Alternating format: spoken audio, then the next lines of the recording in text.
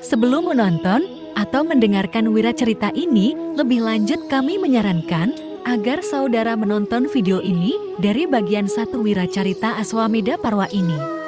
Biar bisa dipahami dan dimengerti dengan alur ceritanya. Dalam bagian ini, masih mengisahkan tentang wejangan Basudewa Krishna kepada para Pandawa tentang cerita kuno yaitu sepasang suami istri Brahmana Pertapa yang sangat tinggi pengetahuannya dalam hal yoga dan filsafat kebebasan. Selamat mendengarkan. Dengarkanlah sebuah cerita lain, oh istriku yang tercinta. Kisah ini menceritakan Raja Kartawirya Arjuna yang sakti luar biasa, tetapi angkuh itu. Raja itu sudah berhasil menundukkan seluruh dunia dengan bala laskar dan kehebatan senjata panahnya. Pada suatu hari, Baginda berjalan-jalan di tepi pantai dengan gagahnya. Baginda berpikir bahwa tidak ada lagi kesatria yang mampu menandingi kehebatan panah serta ilmu memanah seperti yang dimilikinya itu. Merasa bangga terhadap kekuatannya itu, tiba-tiba Baginda melepaskan ratusan anak panahnya, berdesing-desing menancap dan menggorok permukaan lautan. Pada saat itu, muncullah segara penguasa lautan dengan taksim menghormat dan berkata, "Ampunkan hamba, oh Baginda Raja. Janganlah Paduka melepaskan panah-panah kepada hamba. Katakanlah apa yang dapat hamba kerjakan untuk kejayaan Paduka. Makhluk-makhluk lemah yang bernaung di bawah hamba banyak yang mati karena panah-panah Paduka itu. Kasihanilah mereka, oh Maharaja perkasa." Kartawirya Arjuna dengan gagahnya menjawab, "Hai Sagara, katakanlah kalau Anda mengetahui kesatria lain di dunia ini yang mampu bertanding ilmu panah dengan aku ini." Sagara menjawab, "Pernahkah Paduka mendengar nama seorang resi besar Jamadagni? Nah, putra Maharishi itu barangkali suka menerima Paduka sebagai tamunya." Mendengar kata-kata Sagara itu, Raja yang ingin menguji kemahirannya itu dengan diiringi oleh anak buahnya, lalu melesat pergi sambil mengutuk di dalam hatinya. Ternyata masih saja ada orang yang sanggup menandingi dirinya. Setibanya di pertapaan raja itu, telah berjumpa dengan Rama Putra Jamadagni sendiri. Sebagai seorang pertapa, Rama tidak menghiraukan tantangan-tantangan yang diucapkan oleh raja yang angkuh itu. Karena itu, Kartawirya Arjuna lalu melakukan perbuatan-perbuatan yang sangat mengganggu ketentraman di tempat pertapaan itu. Akhirnya Rama pahlawan yang berbudi luhur itu menjadi marah dan menyemburkan api kemarahan itu ke arah para pengiring raja hingga terbakarlah semuanya. Yang masih hidup lari tunggang langgang masuk ke dalam hutan belantara. Semburan api itu disusul dengan sambaran-sambaran senjata kapak, yaitu senjata khas Rama yang terkenal sangat dahsyat itu. Raja perkasa yang hebat bagaikan bertangan 1000 itu sangat terdesak dan akhirnya dibabat bagaikan sebuah pohon yang beranting lebat. Lalu ambruk tergeletak dan tewas. Melihat kejadian itu, para pengiringnya yang masih hidup terhangat berkumpul dan berunding sesak dan tiba-tiba melancarkan serangan gencar dengan senjata-senjata rahasia beracun ditujukan ke arah Rama. Serangan itu dilakukan tiba-tiba. Rama sedang duduk dengan tenangnya bersila di atas tanah. Jarum-jarum beracun berterbangan menyambar dari segala arah. Sungguh suatu serangan yang curang dan sangat berbahaya. Rama itu sungguh hebat luar biasa. Pahlawan yang sakti itu melesat menghindari serangan. Rama terhindar dari serangan gencar itu, dan sesaat kemudian pertapa yang sakti itu muncul dengan mengendarai kereta terbang dan memegang senjata panah. Ratusan anak-anak panah menghujani pengikut raja hingga lari tunggang langgang menyembunyikan diri ke dalam hutan. Demikian itulah kehebatan Putra Raja Jamadagni itu. Raja dengan pengikut-pengikutnya itu adalah wangsa ksatria yang sangat angkuh, namun pada saat terakhir, di mana dituntut sifat kesatrianya, mereka melarikan diri secara pengecut. Dan untuk seterusnya, mereka itu tidak berhasil mendapatkan pendeta Brahmana untuk menjadi pendeta upacara bagi kelompok ksatria ini. Karena itu, seluruh keturunannya jatuh menjadi kaum Risala atau Sudra. Golongan mereka itu kemudian menurunkan bangsa-bangsa Dravida, Habira, Pundra, dan bangsa Sawara. Semuanya itu adalah golongan Wreshala Sudra karena tidak berhasil menunaikan tugasnya sebagai kesatria, serta tidak mempunyai pendeta Brahmana. Dan selanjutnya, golongan Brahmana dilarang mengambil istri dari golongan mereka karena setiap anak yang lahir dari perkawinan itu akan dimusnahkan oleh Rama Putra Jamadagni itu. Pembasmian putra-putra itu berlangsung hingga keturunan yang ke-21. Dan pada waktu terjadi penumpasan yang terakhir, terdengarlah suara lembut bergema dari langit yang dapat didengar oleh seluruh umat manusia. Sabda yang terdengar itu ditunjukkan kepada Rama. Rama, oh Rama, sudahlah. Berkah apakah yang engkau harapkan dengan pembasmian terhadap para ksatria yang sudah jatuh itu? Yang berbicara itu ternyata adalah para leluhur Rama yang pada waktu itu turun dan dipimpin oleh Racika. Selanjutnya suara itu bergema, "Hentikanlah Rama." Akan tetapi Rama tidak segera dapat mengampuni dosa-dosa para ksatria yang dahulu telah mengobrak-abrik pertapaan serta menewaskan para leluhurnya.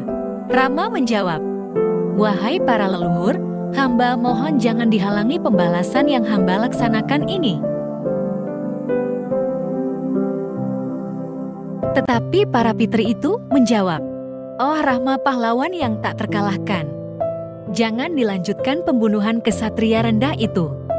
Tidak selayaknya Ananda seorang Brahmana membunuh raja seperti itu. Dengarkan ceritaku ini.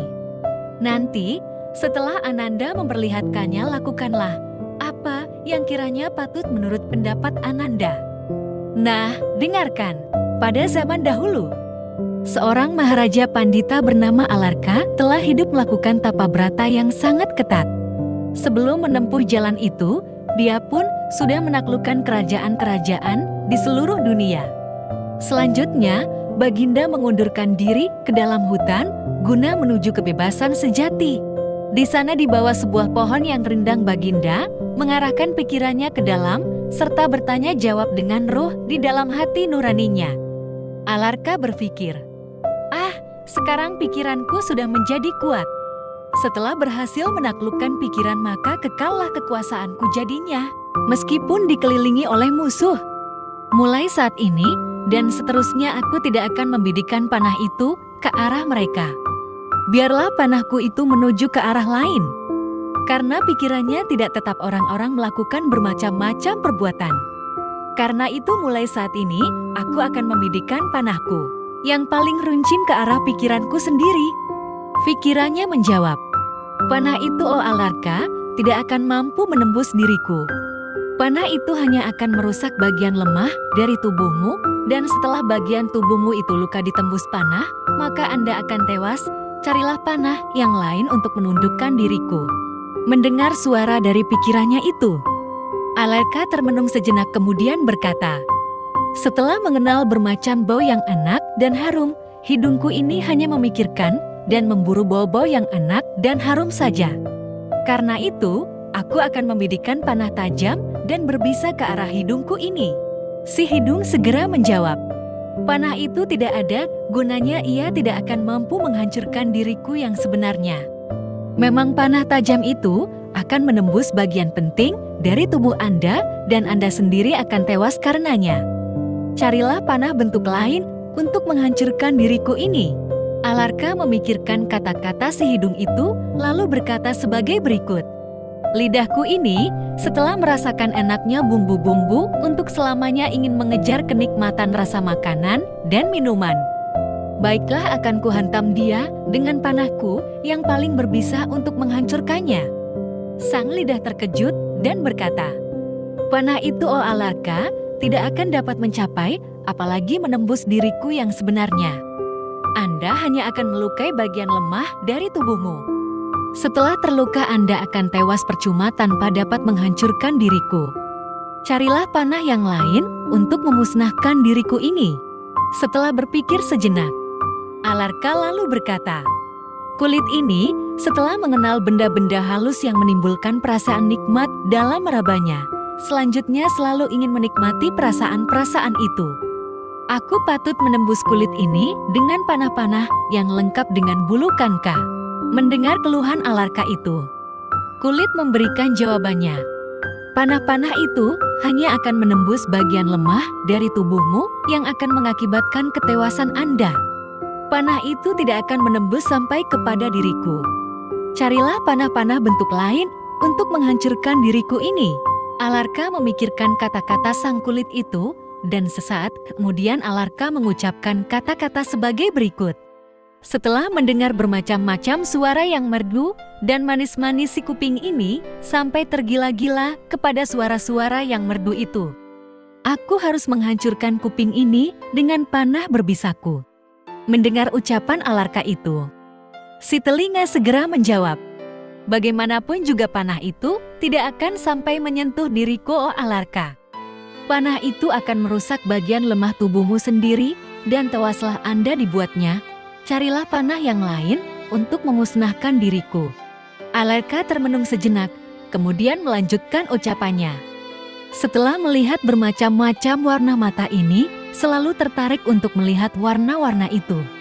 Aku harus menghancurkan dengan panahku yang paling tajam. Mata terkejut dan menjawab sebagai berikut. Panah itu Alarka tidak akan mampu menghancurkan diriku. Anda hanya akan merusak bagian lemah dari tubuhmu dan setelah rusak Anda akan tewas. Carilah panah lain untuk memusnahkan diriku. Alarka termenung dan kemudian berkata, pengertianku ini sungguh sangat beda membedakan, apalagi setelah dibantu oleh akal. Aku harus membidikan panahku ke arah pengertianku itu. Pengertian itu segera menjawab, panah itu tidak akan pernah mampu menghancurkan diriku, oh Alarka. Anda hanya akan merusak bagian lemah dari tubuhmu sendiri dan setelah rusak Anda pun akan tewas. Semua pendapatnya sudah disangkal oleh hati nuraninya sendiri. Karena itu, Alarka melanjutkan renungannya di bawah pohon besar di dalam hutan. Ia bertapa dengan keras, berusaha dengan tekun mencari jenis panah yang mampu menghancurkan ketujuh alat-alat pengendaraan yang disebutkan satu persatu di atas. Lama sekali ia memikirkan tanah yang bagaimanakah yang patut dijadikan sarana untuk menundukkan kemauan penginderaannya itu. Namun akhirnya dengan ketekunan serta kekuatan yang dimilikinya dan dengan pikiran terpusat ia pun mulai menyadari bahwa tidak ada jalan yang lebih baik daripada yoga. Ia lalu memusatkan pikirannya ke satu objek dan dipertahankan objek itu selama-lamanya diam secara sempurna dan terserap dalam yoga.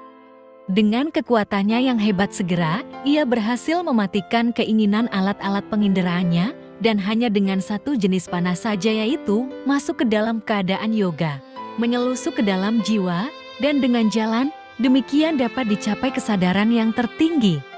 Sebagai tanda kegembiraannya, Raja Pandita itu lalu menyanyikan syair-syair sebagai berikut. Sayang, mengapa membanting tulang untuk suatu kegiatan yang dangkal? Khas kesenangan, kebesaran, dan kekuasaan. Aduhai sayang, mengapa tidak dulu-dulu aku menyadarinya? Sungguh tidak ada kebahagiaan yang lebih tinggi daripada yoga. Renungkanlah cerita ini, oh Rama. Hentikanlah segala pembunuhan itu. Lakukanlah yoga, pasti kamu akan mencapai apa yang sesungguhnya dapat dikatakan kebaikan.